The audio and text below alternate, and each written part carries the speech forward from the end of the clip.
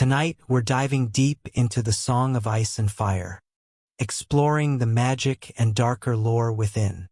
With the chill setting in, it's the perfect time to share some hidden gems from this world. Lovecraftian cities, blood magic, and continent-spanning prophecies. These are just a taste of what lies beyond the Iron Throne. It's wild how much amazing lore GRRM wrote that didn't make the shows. We'll cover magic types, regional ties, characters, and lore. I'll focus more on Essos and Sothoryos, where magic is more open. Then, I'll read chapters showcasing iconic magic moments. Want to help keep us ahead of the walkers? Support us on Patreon. From ancient warriors to shadow spells, there's a lot to uncover. Get cozy, and let's begin. In these lands, magic isn't a myth. It's a living force. From Westeros shadows to Essos coasts, its arcane arts defy rulers. Westeros, a land of conflict, but with magic rooted deep in its soil. The North's weirwood trees, carved faces, are conduits of this ancient magic. The original inhabitants, the children of the forest, wielded magic through the weirwoods, seeing past and future. But as men rose, magic was pushed into the dark. The Citadel dismissed magic as fantasy, favoring reason. Yet, echoes of power remained. Some maesters, like Luwin and Marwyn, had Valyrian steel links, symbolizing their study of magic. Across the narrow sea in Essos, magic never died. In the southeast lies Ashai, a city of shadows. Its oily black stone absorbs light. Sorcerers practice in perpetual gloom. Maester Yondel says dark practitioners, from red priests to blood mages, thrived here. Here, nothing was forbidden. Obscene rites and even demonic unions were possible. Further south, beyond the Jade Sea, lies ruined Valyria. The spires fell to a cataclysm. Valyria was the seat of dragon lords, masters of fire and magic. Their empire commanded dragons and forged weapons that cut through steel. They ruled until the doom. A volcanic eruption shattered their city. But why did the doom happen? Theories all involve magic. Some septons blame Valyrian hubris. Others, maesters included, think their spells weakened the volcanoes. Remember, magic here isn't bound by human laws. GRRM designed a low fantasy world where magic is distant and mysterious. Magic is strongest near dragons. They're intrinsically linked. Daenerys Targaryen proves this.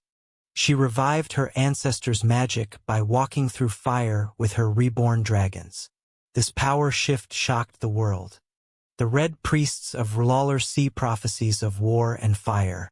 Now, a brief look at Sothoryos. We know little about this southern jungle. It's a land of fever, curses, and strange magic. Few return, and those who do tell of horrors. Imagine hog-like men, eyeless dwellers, and dark god worshippers. The evil city of Urain also lies there. Magic here is wild, capricious, and tied to the Song of Ice and Fire. Let's rewind to the dawn of Westeros. A world of deep forests, vast rivers, and mythical creatures. The children of the forest roamed free. This power surged across the known world. They were like moonlit pools with strange gifts. They lived in deep caves, building hidden villages. Their magic was one of deep, ancient connections, not fire. They carved weirwoods, sang to the earth, and called to their gods. Some could see through the eyes of weirwoods. They glimpsed the future and touched beast minds gently. This was the magic of green sight and skin changing. Most children had golden eyes. Green sights had red or green eyes.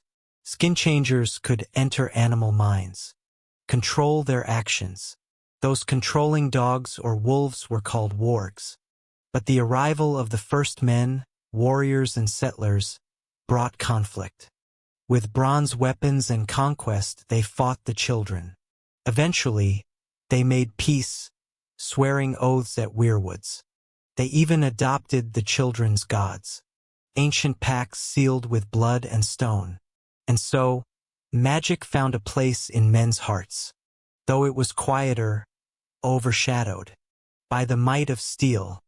Yet, as men and children coexisted, darker forces stirred. The long night, an endless winter, descended. Darkness took hold, and with it came the White Walkers, also known as the Others, creatures of ice and shadow. Their eyes burned with cold fire. Their magic brought death, raising the slain, as whites to serve their frozen will. No warmth could pierce their chill. Those were dark days. In that darkness, magic became survival. Legends speak of the last hero, lost to time. He sought the children's aid in the frozen north. He fought the dead and the endless cold. Hunted by others on pale ice spiders, he sought ancient magic to turn the tide of battle. With help from the children of the forest, the White Walkers were defeated. Meanwhile, across the sea in Essos, the story changed shape, becoming a legend of a brave warrior. This was the tale of Azor Ahai, a warrior of fire, who forged Lightbringer after working for days and nights, a sword burning bright enough to banish darkness. Whether these legends of the last hero and Azor Ahai are the same person is unknown, but they all echo a time when magic was used for survival, against the encroaching night. As the long night receded, and the world began to warm, magic evolved. In Essos temples, the priests of R'hllor, the Lord of Light, preached visions in flames, of a hero returning, to save the world, to face the great nemesis, the other, whose name is unspoken, the Lord of Darkness. Prophecy of Azor Ahai's rebirth. They believed fire was pure power, a cleansing force that could heal the sick, see the future, and even raised the dead. It was a different magic, burning with an intense power, often at a huge cost. But in Westeros, magic faded. After the long night, Bran the Builder built the wall with giants and children. Spells were woven into it, but maesters favored reason. They locked away spell scrolls, dismissing magic as tales. They taught study and science. Old powers were just myths. Most weirwoods were cut down. Children of the forest vanished. Wild magic buried by doubt. The wall isn't the only defense. Look to the far east for another. In Essos, 5 forts were built. On Eti's border, black stone walls, over 1,000 feet high, to fight demons, of the Lion of Night. Et scribes tell of betrayal. A bloodstone emperor worshipped a fallen stone, ushering in the long night. Was it the first? Did Westeros just copy it? It's wild to see this theme.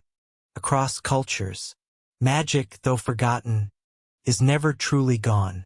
It waits in shadows, ready to rise in dark times. Let's discuss magic types. Magic in Westeros is varied, reflecting its people and beliefs. Not one force but many arts. From green sight to fire priests. Let's start with elemental powers.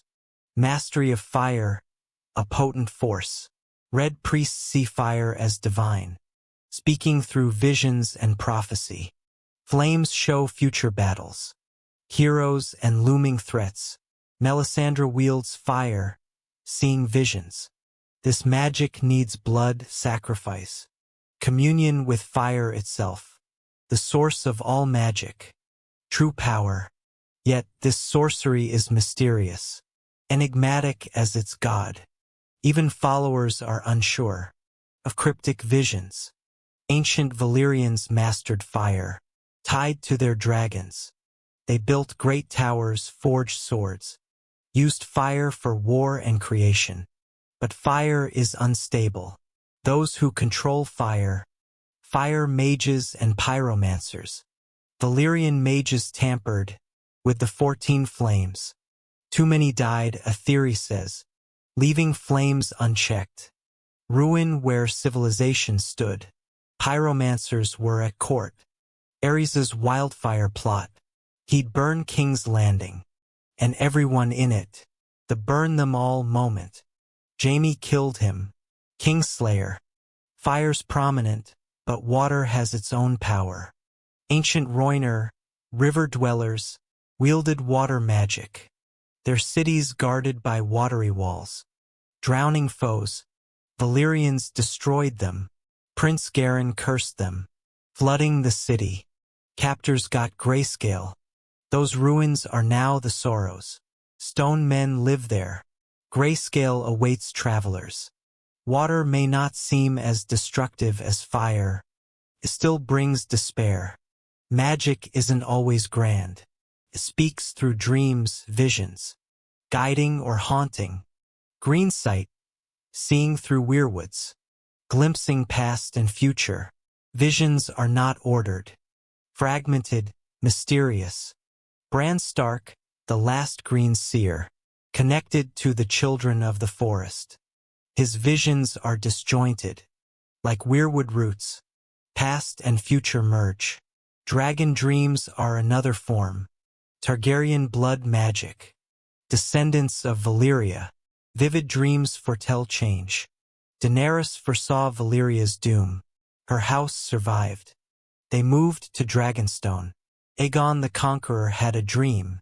The Song of Ice and Fire. A great winter. A threat only a Targaryen could defeat. This led to him uniting the 7 kingdoms. To face the coming darkness. These visions are like those seen in flames by red priests. They're hard to grasp and interpret. Melisandre believes in Azor Ahai, a hero destined to save the world. But even her visions are unclear. Dreams and visions hint at the future, but offer no guarantees. Feared magic controls the dead and wields shadows. The White Walkers raise the dead, commanding ice and cold. They become undead terrors in the frozen north.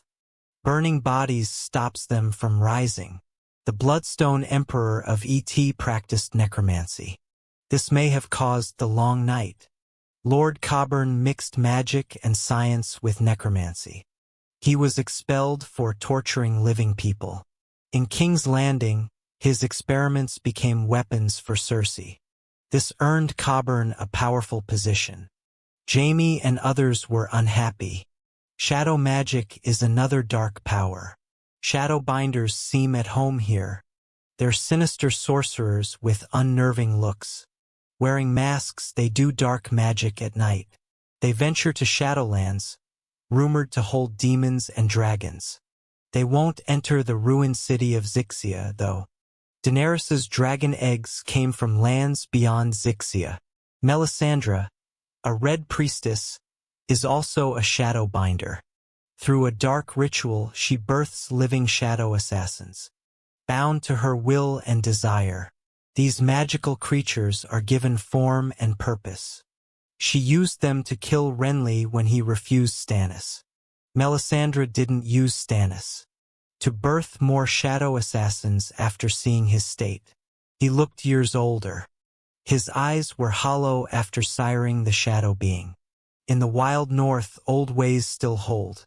Skin-changing magic endures. A bond between man and beast. Skin-changers or wargs enter animal minds. They see through their eyes and guide actions. The Stark children, especially Bran, have this gift. They bond with dire wolves beyond simple companionship. To be a skin-changer is to feel another's heart. To sense its instincts, fears, and desires. Connects the human soul to the wild. Bringing power and peril.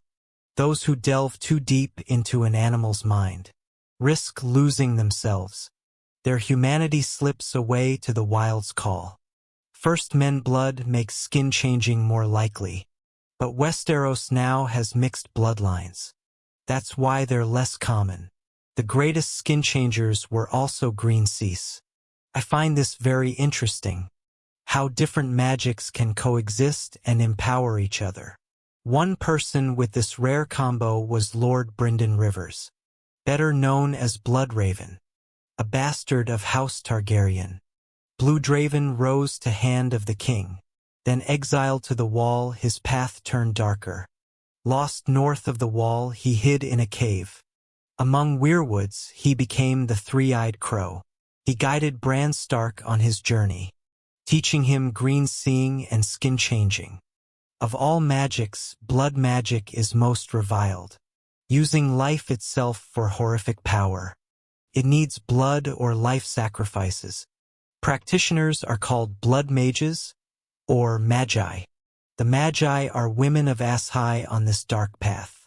Their spells are ancient, mistrusted by Dothraki.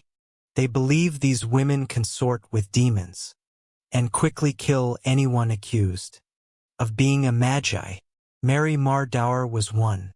While a slave, she used blood magic to revive Drogo at Rhaego's cost. Blood magic's price is always steep. Even Azor Ahai used it to fight darkness. To temper his sword, he plunged it into his wife's heart, whom he deeply loved. Blood mages performed twisted rituals, like in Gagassos's flesh pits and infant sacrifices. Now let's dive into guilds, groups, and practitioners. We know the children of the forest faded. Knowledge of green seas and wargs was lost. While the north keeps old ways, the Citadel masters reject magic. These masters are Westeros's scholars and healers, forging chains of knowledge for great houses. They lock away spells and prophecies, hidden from temptation. Yet they can't dismiss the unexplainable. Fire-breathing dragons, killing shadows, walking dead. These defy Masters' understanding of a known world. Masters' rejection shaped beliefs, leading to suspicion, if not outright disdain. But some Masters speak of ancient arts. These Masters, 1 in 100, studied higher mysteries. Their chains bear a Valyrian steel link. It's curious why Masters became this way. Especially before the Doom, they visited Valyria, seeking answers. They must have seen dragon might and believed in magic. One Archmaster believed the Citadel caused the dragon's deaths, as part of a bigger scheme against magic itself. Down in King's Landing, far from the cold north, a different magic brews in secret. The pyromancers guard wildfire, a substance beautiful and deadly. Its liquid flame, burning hotter than any fire. A magic creation. Wildfires, they say they learned it from ancient Valyrian sorcerers, like dragonfire. This murky green, stored in fragile pots. Water won't put it out. It just keeps burning on the surface. But sand can douse it. Using wildfire almost always backfired, far beyond what they planned. King Aegon the Unworthy tried to conquer dawn with wildfire-filled wooden dragons. Failed. A quarter of the Kingswood burned.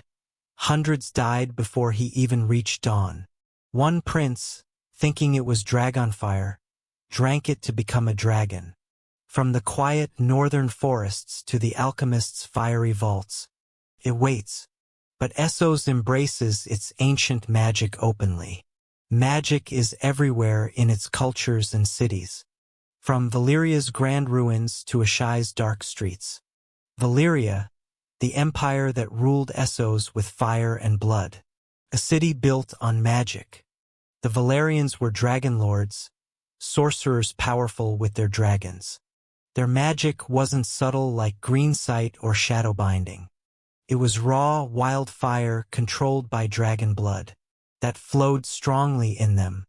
Even in ruins, Valyrian sorcery's legacy remains. The dragons, thought gone, have returned. Thanks to Daenerys Targaryen. When the dragons hatched, power surged through the world. All magic users felt their power grow, no matter what kind.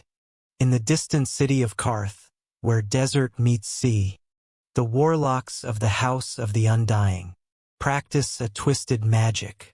They drink the shade of the evening, or warlock wine, until their lips turn blue and nails black. All for more knowledge. The House of the Undying is a maze of shadows and whispers. Many enter, few leave. When Daenerys Targaryen drank the shade of the evening and went inside, she saw visions of dragons, thrones, and betrayals. Warlock magic is a dangerous bargain, offering knowledge but costing sanity. As their powers faded over time, the warlocks grew desperate for the magic they once had. They believe dragon returns mean old powers will too. The Undying wait in the Great Hall, deep inside the House of the Undying. Illusions show them as powerful, beautiful sorcerers, but they're actually withered and decaying. They drank so much shade of the evening. Their skin turned dark and blue. They attack Daenerys, trying to steal her life force, but her dragon Drogon burns them and saves her. Now, even farther east, beyond the vast Dothraki Sea, lies mysterious Et and Ashai. It's unlike anywhere else. No magic is forbidden in its dark alleys and tall temples, rising from eternal darkness. It's a huge city, much larger than King's Landing or Karth. But few people live there. Food and water are shipped in, as any animals brought there quickly die. The fish in the waters around the city are deformed, blind, and monstrous. Only the desperate, foolish, and shadow binders eat them. The people have their own language, a shrill, ululating tongue, used for spells. Ashai's shadow binders are feared magic users, but not the only ones. Worshippers of the black goat, necromancers, and poisoners, among many others, live here. Melisandre, a red priestess of R'hllor, learned much in Ashai, and there she summoned the shadow assassins that later served her in Westeros. Miri Maz-Dur, the witch who betrayed Daenerys, learned blood magic from a Shadowlands bloodmage. And of all places now, this one might hold the most knowledge of dragon lore. Rumor says dragons began here, tamed by a people so ancient. Their name is lost. Also in Essos, the ancient golden empire of Et in the Far East. It dates back to the great empire of the Dawn, one of the world's oldest civilizations, ruled by godlike figures like the Pearl Emperor and the Bloodstone Emperor. The latter is infamous for stealing the throne from his sister, the Amethyst Empress. He turned from their gods and practiced necromancy, among other dark arts. Worst of all, he worshipped a black stone that fell from the sky. Those against these acts say this caused the long night. In modern ET, the dark legacy's influence remains. In Carcosa, a self-proclaimed Yellow Emperor rules. This exiled sorcerer lord uses dark magic even now. I find this lore fascinating. It's clearly inspired by H.P. Lovecraft, especially the idea of ancient, forgotten empires doing forbidden rituals with cosmic results. Beyond Westeros and Essos, there's a wild land, Sothoryos. It's a jungle hell, filled with ancient curses. The magic here is raw and primal. Things seen there defy understanding. Sothoryos, hot, deadly, and with jungles that seem endless. The biggest mystery, the ancient city of Yin, built with huge, black stone blocks, has been empty for ages. Anyone who tried to settle there got sick, attacked by ghouls, or just vanished. Giant apes, basilisks, white vampire bats, and man-walking monkeys have been seen. Are these horrors from dark rituals, or just the wild nature of this place? The Brindle men's love for dark gods and cannibalism hints at a terrible price. Off the coast are the dreaded Basilisk Isles. These islands swarm with slavers, skinners, brindlemen, and worse. The island we care about for this video is the Isle of Toads. It has a giant idol, the Toadstone, made of black stone. Like the stone in E.T. and Ashai. It's a massive toad idol, full of evil. The people here might be descendants of its carvers.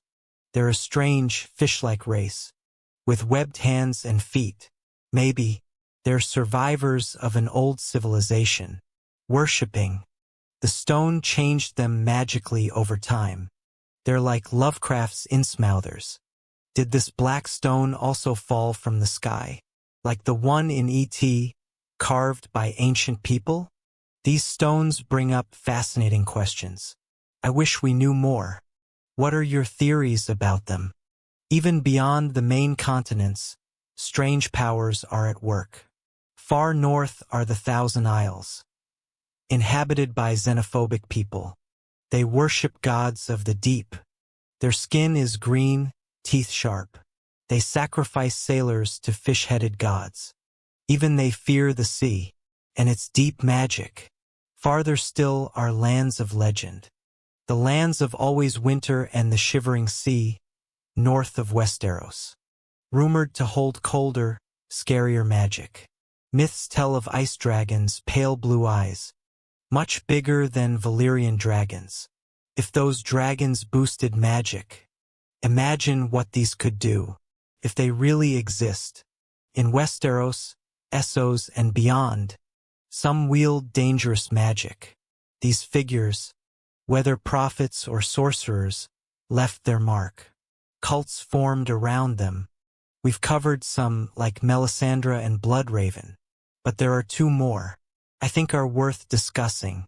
In Braavos, hidden in the House of Black and White, is the Guild of Assassins, the Faceless Men. They're not just killers. Their craft is magic. The Faceless Men follow the many-faced god, the god of death. Their power, wearing the faces of the dead, becoming anyone they wish. This isn't a simple disguise. It's magic, alchemy, and psychology. To wear a face, you need a potion and a ritual. Your face is cut, blood moistening the new one, merging seamlessly, perfectly mimics the deceased. They might even feel the original person's memories. The cost, losing your identity, giving up yourself. The members are nameless, faceless, bound by unbreakable vows. They are no one. Among Essos's mysteries, Qyburn is one of the greatest. A shadow binder from Ashai who meets Daenerys. She wears a mask. Her motives and true nature are unknown. Her magic and foresight are clear. She speaks in riddles, hinting at future dangers. In Qarth, Daenerys saw a fire mage climb a ladder. Each rung vanished. Qyburn said his powers grew with Daenerys's dragons. He was weaker just months ago. Her touch tingles Daenerys's wrist. Qyburn warns her about Qarth. She tells Daenerys to go to Ashai for hidden truths. Qyburn uses shadow binding to reappear. Though not physically present, she reappears. Like a shadow, making Daenerys question if she's seeing visions. Finally, Euron Greyjoy. Some of this might be unofficial from a preview. Euron's magic is dark and occult. He claims to have visited Valyria and Ashai, and has the Dragonbinder horn. Some say he took it from Qarth warlocks. His armor is rumored to be Valyrian steel, but it's deeper. He believes he can become a god through blood magic and sacrifice, despising ironborn ways. He mocks their beliefs and his brother Aeron's faith, claiming divinity. Euron's artifacts and his willingness to sacrifice thousands, even using priests as blood offerings, show his goal. A world of charnel pits with him as god. Aeron's visions show Euron as a hybrid creature, surrounded by impaled gods and blood orgies. Many other minor characters and magic exist, confirmed or speculative.